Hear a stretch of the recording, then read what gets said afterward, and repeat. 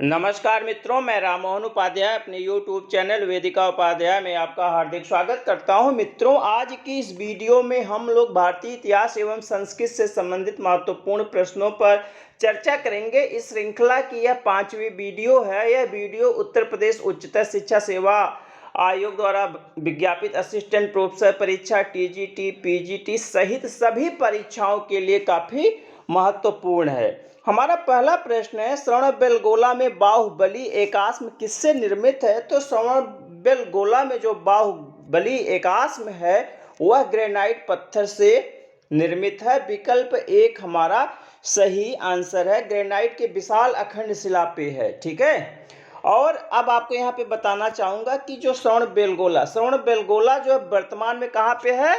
यह कर्नाटक में है और यह जो है जैन धर्म से संबंधित एक महत्वपूर्ण स्थल है। जो मौर्य वंश का संस्थापक था चंद्रगुप्त मौर्य जो है अपने जीवन के अंतिम दिनों में श्रवणबेलगोला में ही जाकर जो है संलेखनाविद से अपने प्राण त्यागे थे। और बाहुबली जो है जैन धर्म के एक प्रसिद्ध जो है व्यक्ति हैं, जैन धर्म से संबंधित एक प्रसिद्ध व्यक्ति हैं जो हमारे जैन धर्म के संस्थापक थे। जैन धर्म के संस्थापक कौन थे? आदिनाथ या ऋषभनाथ। कहाँ के शासक थे? अयोध्या के शासक थे। तो आदिनाथ या ऋषभनाथ के पुत्र थे कौन? बाहुबली। प्रथम तीर्थंकर ऋषभदेव के पुत्र थे और बाहुबली के स्मृति में जो है वहाँ पर एक ग्रेनाइट के एकाश्म या विशाल अखंड शिला पर जो है उनकी एक प्रतिमा निर्मित है। और इस प्रतिमा का जो निर्माण है गंग शासक, दक्षिण भारत में गंग वंशी शासकों का शासन था। तो गंग वंश का एक प्रसिद्ध शासक था राजमल्ल, जिसको हम लोग जो है रचमल्ल चतुर्थ के नाम से जानते थे। रचमल्ल चतुर्थ के नाम से भी जानते हैं। उसी का एक मंत्री था, एक मंत्री का नाम था चामुंडराय। गंगवंशी शासक रचमल चतुर या राजमल के मंत्री चामुंडराय के द्वारा जो है इनकी प्रतिमा का निर्माण कराया गया था। और यह प्रतिमा जो है कायोत्सर्ग मुद्रा में है। कायोत्सर्ग मतलब खड़ी मुद्रा में अवस्थित है और इसकी जो ऊंचाई है कुल 57 फीट है। और आप लोग जो है महामस्तकाभिषेक के विषय में सुने होंगे। महामस्तकाभिषेक जो है इसी श्रवणबेलगोला में होता है, संपन्न होता है। और प्रत्येक 12 वर्ष के पश्चात जो है इसी बाहुबली प्रतिमा का अभिषेक किया जाता है, जिसको हम महामस्तकाभिषेक कहते हैं। और यह एक प्रसिद्ध जो है जैन धर्म से संबंधित स्थल है। जैन धर्म के प्रथम तीर्थंकर ऋषभदेव के पुत्र बाहुबली के स्मृति में इसका निर्माण कराया गया था। और लगभग 983 ईस्वी में इसका निर्माण किया गया था। स्वतंत्र रूप से अच्छा, एक चीज प्रश्न कभी कभी आता है कि स्वतंत्र रूप से खड़ी एक चट्टान की सबसे बड़ी प्रतिमा। तो स्वतंत्र रूप से खड़ी एक चट्टान की सबसे बड़ी प्रतिमा कौन सी है? आपकी श्रवणबेलगोला में स्थित बाहुबली की प्रतिमा है। ठीक है, श्रवणबेला का एक प्रश्न आता है कि जैन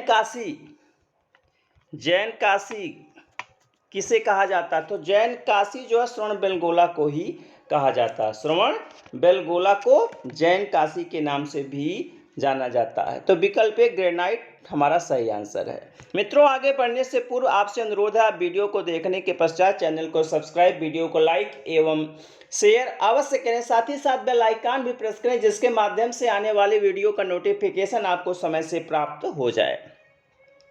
दूसरा प्रश्न है, जैन मठ से संबंधित उदयगिर और खंडगिर गुफाएं अवस्थित हैं। तो जैन मठ से संबंधित उदयगिर और खंडगिर गुफा ओडिशा में है। ओडिशा।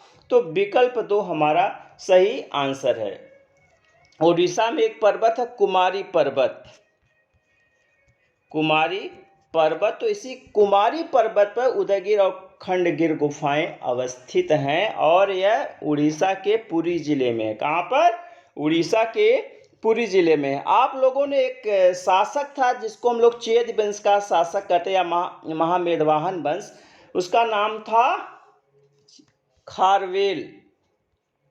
खारवेल की एक प्रशस्ति थी, एक अभिलेख उनका है जिसको हम लोग हाथी गुम्फा अभिलेख के नाम से जानते हैं। हाथी गुम्फा अभिलेख के नाम से जानते हैं। तो जो हाथी गुम्फा अभिलेख है वह जैन धर्म से संबंधित है और इसी उदयगिरि खंडगिर की गुफाओं में अवस्थित है। ठीक है, तो विकल्प 2 ओडिशा हमारा सही आंसर। थोड़ा सा हम आप लोगों को जो है हाथी गुम्फा अभिलेख के विषय में बता देते हैं कि हाथी गुम्फा अभिलेख कहाँ पर है? उड़ीसा के पुरी जिले में उदयगिरि और खंडगिर की गुफाओं में अवस्थित है। और यह एक इसकी लिपि जो है ब्राह्मी है। परीक्षा में पूछा जाता है लिपि क्या है इसकी, तो इसकी लिपि जो है ब्राह्मी है। ठीक, भाषा पूछा जाता है तो भाषा जो है प्राकृत है, भाषा प्राकृत है। और इसकी खोज जो है 1835 ईस्वी में, इसकी खोज 1835 ईस्वी में बिशप स्टार्लिंग ने किया था। बिशप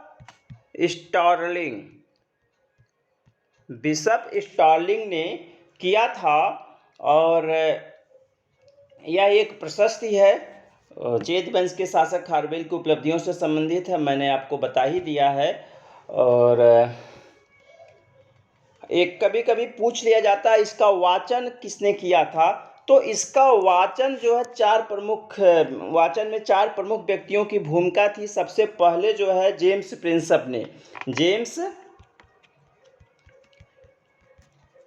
प्रिंसप ने इसका वाचन किया लेकिन जो अशुद्ध रहा। इसके बाद जो है आर्यल मित्र राजेंद्र लाल मित्र ने जो है इसका उद्वाचन किया। मुझे लगता है 1880 ईस्वी के आसपास उनका भी उद्वाचन जो है अशुद्ध था। इसके बाद जो है एक उद्वाचन इनका जो है 1877 में कनिंघम के द्वारा किया गया था। कनिंघम का उच्चारण जो है कुछ सही था, शुद्ध था। और 1885 में भगवान लाल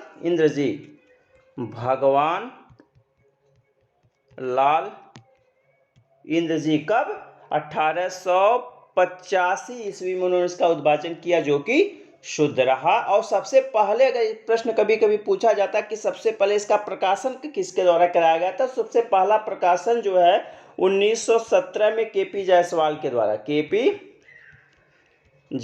डॉक्टर केपी जायसवाल के द्वारा इसका उद्वाचन कराया गया था। हमारा अगला प्रश्न है कनिष्क के नाम के साथ बौद्ध धात मंजूषा निम्नलिखित में से किस पुरा स्थल से प्राप्त हुआ? तो कनिष्क के नाम के साथ बौद्ध धात मंजूषा जो है शाह डी की ढेरी से प्राप्त हुआ है। विकल्प 1 हमारा सही आंसर है। शाह डी की ढेरी जो है वर्तमान पाकिस्तान के पेशावर में, कहाँ पर? पेशावर में एक लाहौरी दरवाज़ा प्रसिद्ध है, लाहौरी दरवाज़ा। तो लाहौरी दरवाजे के पास स्थित है। और इसकी खोज जो है अगर देखा जाए तो एक फ्रांसीसी विद्वान थे, अल्फ्रेड चार्ल्स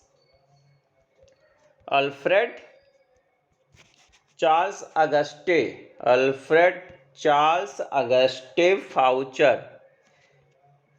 एक सेकंड,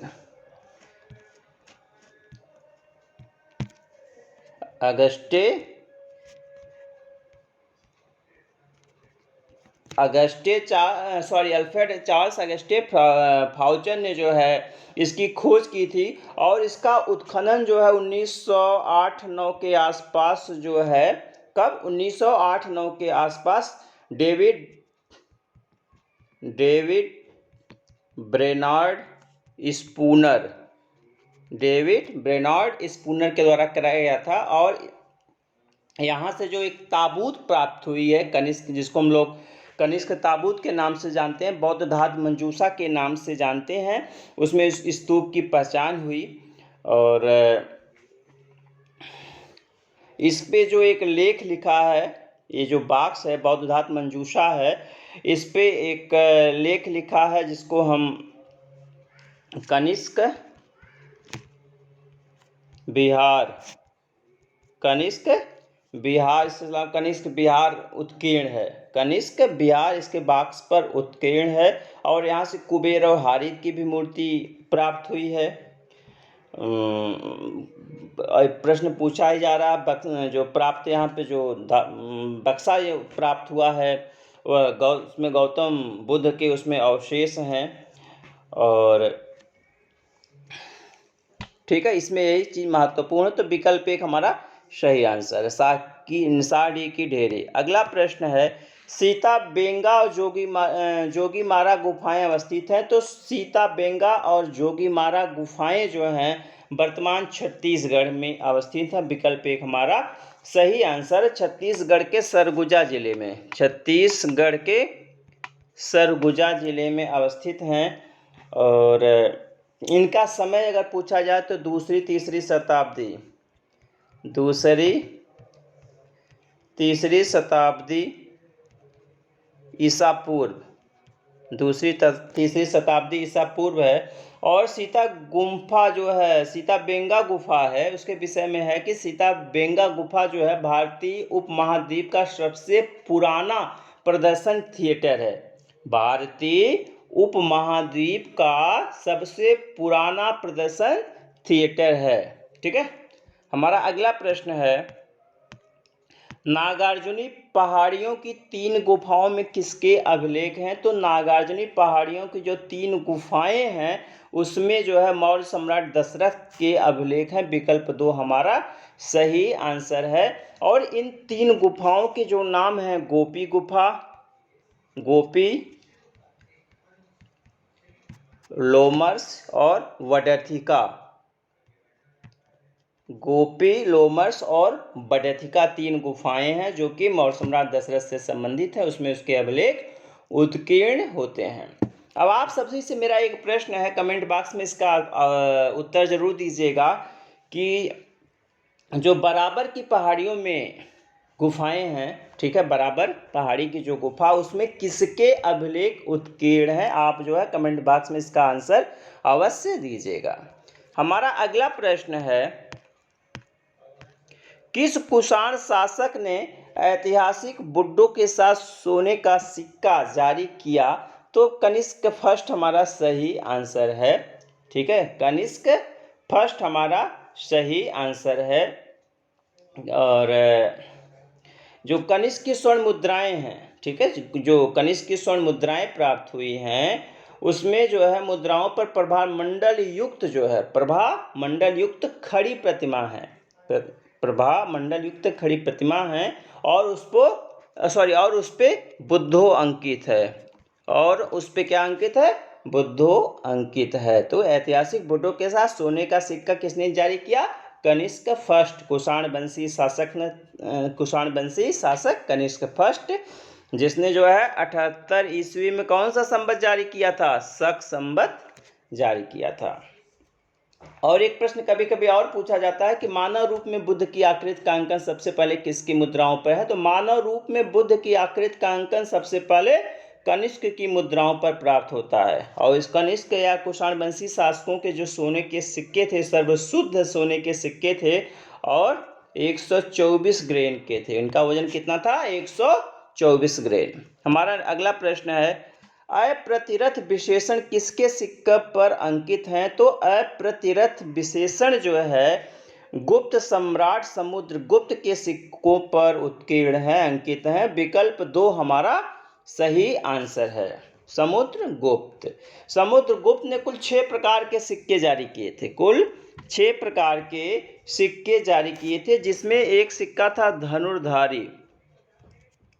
तो समुद्रगुप्त के जो धनुर्धारी प्रकार के सिक्के हैं उसके मुख भाग पर जो है धनुष बाण लिए हुए राजा की आकृति है। और मुद्रा लेख अप्रतिरथ विजित्यम क्षिति सूचि, लिख दें क्या इसको, ठीक है, जो मुख भाग पर है अंकित क्या है, धनुष बाण लिए राजा की आकृति है। मुद्रा लेख क्या है, प्रतिरथो विजित्य, अप्रतिरथो विजित्य क्षितिम, क्षितिम सुचरितैः, सुचरितैः द्विजयति, द्विजयति। ठीक है, तो आप इसमें देखिए अप्रतिरथो, तो किस पे है? धनुर्धारी प्रकार के सिक्कों पर यह अंकित है। और इसका जो पृष्ठ भाग है, सिक्के का जो पिछला भाग है, पृष्ठ भाग है, उस पे सिंहवाहिनी देवी के साथ उसकी उपाधि भी अंकित है, जिसको अप्रतिरथ, अप्रतिरथ इसकी उपाधि भी अंकित है। तो समुद्रगुप्त ने कुल जो 6 प्रकार के सिक्के जारी किए थे, एक पहला सिक्का हो गया धनुधारी, दूसरा हो गया गरुण प्रकार के सिक्के, गरुण प्रकार के सिक्के, तीसरा हो गया परश प्रकार के सिक्के, चौथा हो गया अश्वमेध प्रकार के सिक्के, पांचवा हो गया व्याघ्र हनन प्रकार के सिक्के, और छठा हो गया बीड़ा वादन प्रकार के सिक्के। और समुद्रगुप्त की जो कुछ अन्य उपाधियां हैं, तो उसमें है पराक्रमांक, एक उपाधि है समुद्रगुप्त की पराक्रमांक है, कृतांत परशु है, भारत का नेपोलियन किसे कहा जाता है भी पूछा जाता है, तो स्मिथ ने जो है भारत का नेपोलियन किसको कहा? समुद्रगुप्त को कहा है। व्याघ्र पराक्रम किसकी उपाधि है? समुद्रगुप्त की। सर्वराजोच्छेता उपाधि किसकी है? समुद्रगुप्त की है। कविराज किसको कहा जाता है? तो कविराज उपाधि किसकी है? समुद्रगुप्त की है। धर्म प्राचीर बंध उपाधि किसकी है? समुद्रगुप्त की है। परम भागवत उपाधि जो है चंद्रगुप्त द्वितीय के लिए प्रयोग की जाती है, लेकिन एक गया ताम्रपत्र है, उसमें जो है समुद्रगुप्त को परम भागवत के नाम से संबोधित किया गया है। हमारा अगला प्रश्न है, निम्नलिखित में से किस वर्ष मास्की अभिलेख की खोज हुई? तो मास्की अभिलेख की खोज 1915 में हुई थी। विकल्प एक हमारा सही आंसर है, सी बीडान के द्वारा मास्की अभिलेख की खोज हुई थी। और मास्की कहाँ पर है?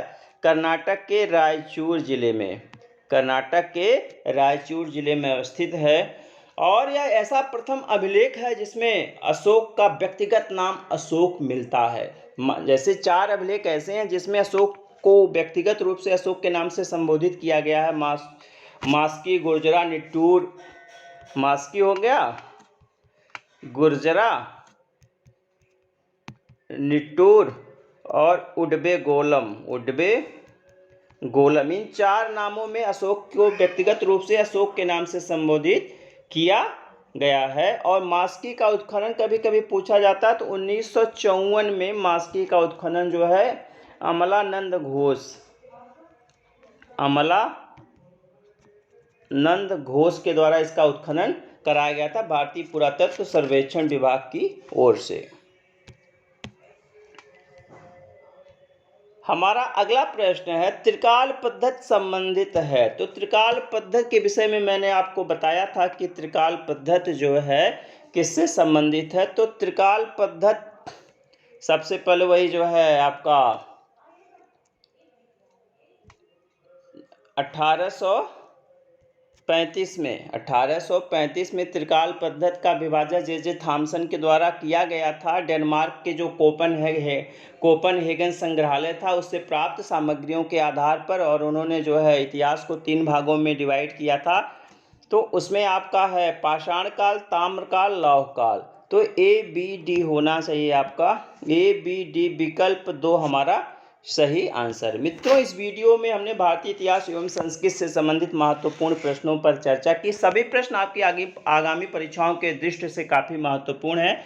आप इस वीडियो को पूरा देखने के पश्चात चैनल को सब्सक्राइब, वीडियो को लाइक एवं शेयर अवश्य करिएगा। साथ ही साथ बेल आइकन को भी प्रेस करिएगा, जिसके माध्यम से आने वाले वीडियो का नोटिफिकेशन आपको समय से प्राप्त हो जाए। साथ ही साथ कोई महत्वपूर्ण सुझाव हो तो कमेंट बॉक्स में उसका आंसर जरूर दीजिएगा। आप सभी को पूरा वीडियो देखने के लिए बहुत बहुत धन्यवाद। नमस्कार।